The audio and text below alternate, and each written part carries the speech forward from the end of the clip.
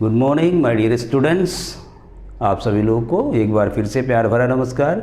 आप सभी साथियों को English junction by Harivansh sir पर बहुत बहुत स्वागत है। आप सभी दोस्तों, मित्रों, मेरे प्यारे विद्यार्थियों, सबके लिए मैं कुछ न कुछ नए प्रकार की वीडियोस लाता रहता हूं। और आज का जो टॉपिक है थोड़ा सा अलग है, वोकैबुलरी का है। वोकैबुलरी के हमने पार्ट 1, पार्ट 2, पार्ट 3 बना दिए हैं, पार्ट 4 भी है। तो जो लोग नहीं देखे हैं या जो लोग नए हैं इस चैनल पर, वे लोग इसको ज़रूर जा कर के देख लें। और देखने के बाद अगला जो वीडियो अभी जो इस समय जो बनाने जा रहे हैं, ये जो पार्ट है ये भी काफ़ी इम्पॉर्टेंट पार्ट है। इसका एक नाम है फ्रेजल वर्ब्स। आप लोग पढ़े होंगे ये जो फ्रेजल वर्ब, इस वर्ब के बारे में आप लोग जानते होंगे कि वर्ब क्या होता है, और फ्रेज़ के बारे में सुने होंगे कि फ्रेज़ क्या होता है।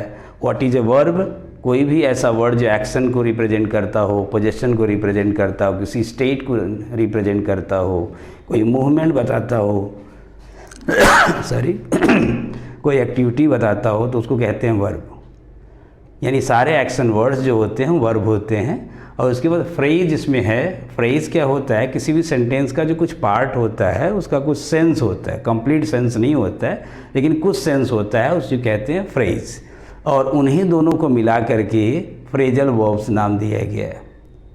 फ्रेज और वर्ब, यानी किसी एक वर्ब को लेकर के उसके साथ साथ किसी प्रेपोजिशन को जब हम जोड़ते हैं तो ये उसकी मीनिंग बिल्कुल अलग आती है। एक वर्ब ले लेते हैं और एक जो है उसके साथ कोई प्रेपोजिशन ले लेते हैं, तो अगर उसकी मीनिंग बिल्कुल डिफरेंट आती है, उसी को कहते हैं फ्रेजल वर्ब्स। अगर कोई पूछे कि व्हाट इज़ फ्रेजल वर्ब, तो सिंपली आप लोग रिप्लाई कर सकते हैं कि the verb which is combined with any preposition and gives different meaning from its actual meaning is called a phrasal verb. Simple आप अपनी भाषा में समझ जाएं कि जब आप वर्ब को किसी प्रेपोजिशन के साथ कनेक्ट करते हैं तो उसका बिल्कुल मीनिंग बदल जाता है। अगर मीनिंग बदल गई तो क्या हो गया आपका फ्रेजल वर्ब। जैसे अगर कहेंगे, हमने कहा गो, गो मीन्स जाना होता है। जैसे हमने कहा गो थ्रू, गो थ्रू का अर्थ होता है कि किसी चीज़ को शुरू से अंत तक पढ़ना, to read something from beginning to end. एकदम डिफरेंट मीनिंग हो जाती है। जैसे हम कहें ब्रेक, ब्रेक मीन्स तोड़ देना। हमने कहा ब्रेक आउट, ब्रेक आउट का मतलब होता है कि फैल जाना, स्टार्ट हो जाना, टू स्प्रेड है, कोई बीमारी है, कोई युद्ध है, लड़ाई है, कोई बुरी चीज़ का जो फैल जाना उसको कहते हैं ब्रेक आउट। तो इस तरह से उसी कड़ी में एक नया वर्ड है कॉल। एक वर्ड है यहाँ पे कॉल, CALL, कॉल है। तो कॉल का अर्थ सबको पता है। कॉल मीन्स क्या होता है? बुलाना।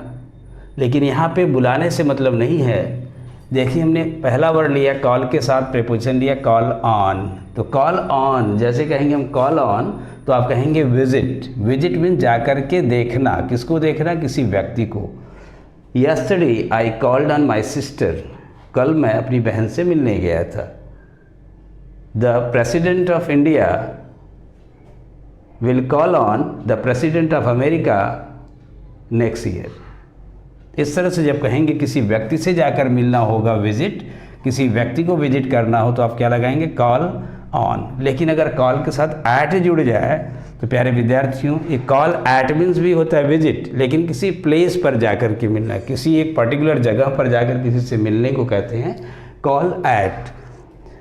आई called at your office yesterday but you were on leave.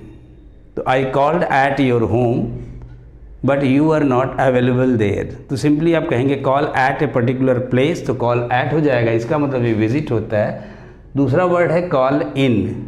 ये कॉल इन, कॉल मीन्स बुलाना, इन माने अंदर। किसी को अंदर बुलाना नहीं होता है। फ्रेजल वर्ब है तो इसकी मीनिंग अलग होगी। इसकी मीनिंग है टू सेंड फॉर, किसी चीज़ के लिए किसी को बुलावा भेजना, या टू समन समबडी, किसी को बुलाना।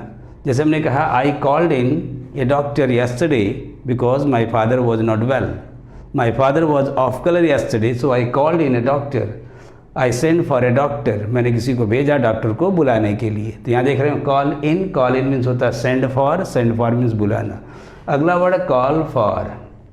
कॉल मीन्स बुलाना, फॉर मीन्स के लिए होता है, लेकिन कॉल फॉर अगर एक साथ जुड़ जाए तो कॉल फॉर मीन्स होता है to demand something. To demand, क्या डिमांड करना? कोई आंसर डिमांड करना या किसी का एक्सप्लेनेशन डिमांड करना, कोई बात है उसको कहेंगे नहीं इसका जो आप सफाई दीजिए, आप इसका जवाब दीजिए। कहते हैं ना कि ही called for an action against him, he called for an action against him, he demanded, उसने मांगा, क्या मांगा, कहा कि नहीं इनको सज़ा मिलनी चाहिए। He called for an action against him.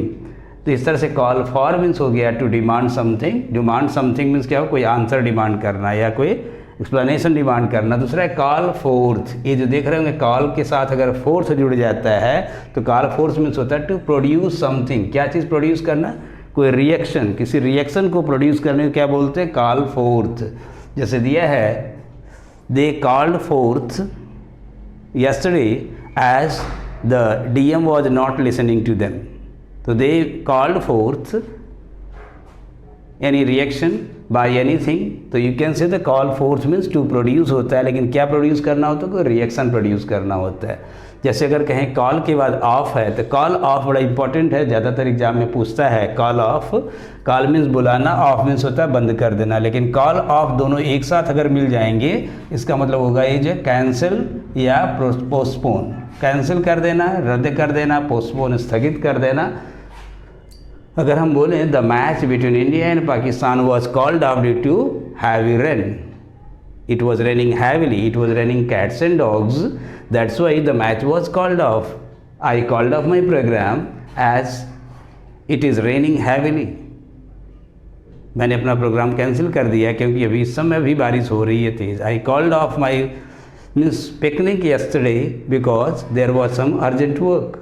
कुछ अदर वर्क था मुझे, इसलिए मैंने अपने पिकनिक वाले कार्यक्रम को स्थगित कर दिया। तो कॉल ऑफ मीन्स क्या हो गया आपका, स्थगित करना, पोस्टपोन करना, स्थगित करना है, कैंसिल रद्द भी कर देना हो सकता है। दूसरा वर्ड आगे है एक वर्ड कॉल अप, एक जो कॉल अप है, कॉल अप मीन्स होता है रिकॉल करना, कोई चीज़ दोहराना, याद करना। I am calling up my old memories, reminiscent, past memories जो होती है, किसी चीज़ को याद करें तो कहेंगे I am calling up my lesson which I forgot, I am calling up my old friend, I am calling up him, I am calling up some things which is forgotten. तो call up means कोई चीज़ को recall करना, याद करना या दोहराना। आप कह सकते call up means recall something, you should recall something, you should call up it. आगे दिया call upon, आप लोग अक्सर सुनते हैं कि जो call upon होता है, जो call upon का मतलब होता है किसी को किसी चीज़ के लिए इनवाइट करना, किसी को किसी काम के लिए इनवाइट करना, to invite to do something. I would like to call upon mister X on the stage. अगर मैं उनको स्टेज पर बुलाना चाहूँगा तो क्या करूँगा, उन्हें कुछ करना है, आकर के आपको अपना भाषण देना है, he has to deliver a speech. तो सिंपली आप कहेंगे कि I would like to call upon him, I called upon him but he is busy somewhere else. तो कॉल अपॉन एक बार फिर से आपको याद दिला दें, तो कॉल ऑन मीन्स होता है विजिट, विजिट ए पर्सन होता है, किसी व्यक्ति से जाकर मिलना। कॉल एट मीन्स भी विजिट होता है, लेकिन ये होता है किसी प्लेस पर जाकर के मिलना। कॉल इन होता है मीन्स टू सेंड फॉर और टू समन, किसी चीज़ के लिए बुलावा भेजना, बुलाना किसी को। और दूसरा दिया call for means demand, demand क्या चीज़, आंसर या कोई एक्सप्लेनेशन, या I called for a punishment against him. यहाँ दिया है call forth to produce something like reaction and other things. And call off जो कि बड़ा इंपॉर्टेंट है, कॉल ऑफ और कॉल इन जरूर याद कर लीजिएगा, कॉल ऑन, कॉल इन और कॉल ऑफ, ये ज़्यादातर एग्जाम में पूछता है। तो कॉल ऑफ मीन्स होता है कैंसिल या पोस्टपोन कर देना, रद्द कर देना या स्थगित कर देना। एक कॉल ऑफ मीन्स कोई चीज़ रिकॉल करना, याद करना, दोहराना। कॉल अपॉन मीन्स किसी को किसी काम के लिए इन्वाइट करना। तो मेरे प्यारे विद्यार्थियों, इस कॉल को एक साथ कैसे याद करेंगे फ्रेजल वर्ब, इस तरह से अगर एक वर्ड ले लें उसके साथ जितने प्रीपोजिशन आ रहे हैं आप लोग उसको एक साथ नोट करें और उसको याद करें। इससे देखेंगे कि आप लोग में गजब का चेंज आएगा और बड़े ही आराम से आप लोग एक साथ कई वर्ड याद कर लेंगे और रटने की ज़रूरत नहीं पड़ेगी, ईजिली आप लोग इस चीज़ को याद कर सकते हो। तो आप सभी लोग विद्यार्थी, आप सभी लोग इसको जो इस चैनल को सब्सक्राइब कर लें और इसे लाइक ज़रूर करें। आप लोग को बार बार मैं कहता हूँ, अगर इस जो चैनल पे अगर कुछ चीज़ें अच्छी लगती हैं तो आप अपने दोस्तों में भी शेयर करें जिससे उनका भी फ़ायदा हो, क्योंकि हम सबका भला चाहते हैं। वी आर एंथ्रोपोलॉजिस्ट, तो हम चाहते हैं कि नहीं दूसरे का भी भला हो, दूसरा भी कुछ सीख जाए। तो अगर वो अननोन है, उसको नहीं पता, तो उससे भी आप इसको सजेस्ट करें, रिकमेंड करें कि देखो इस पे, इस चैनल पे जाओ और इसको सब्सक्राइब कर लो, जिससे बार बार नोटिफिकेशन मिलता रहे और मैं कोशिश करता हूँ कुछ न कुछ नया रोज़ आप लोग को मिलता रहे।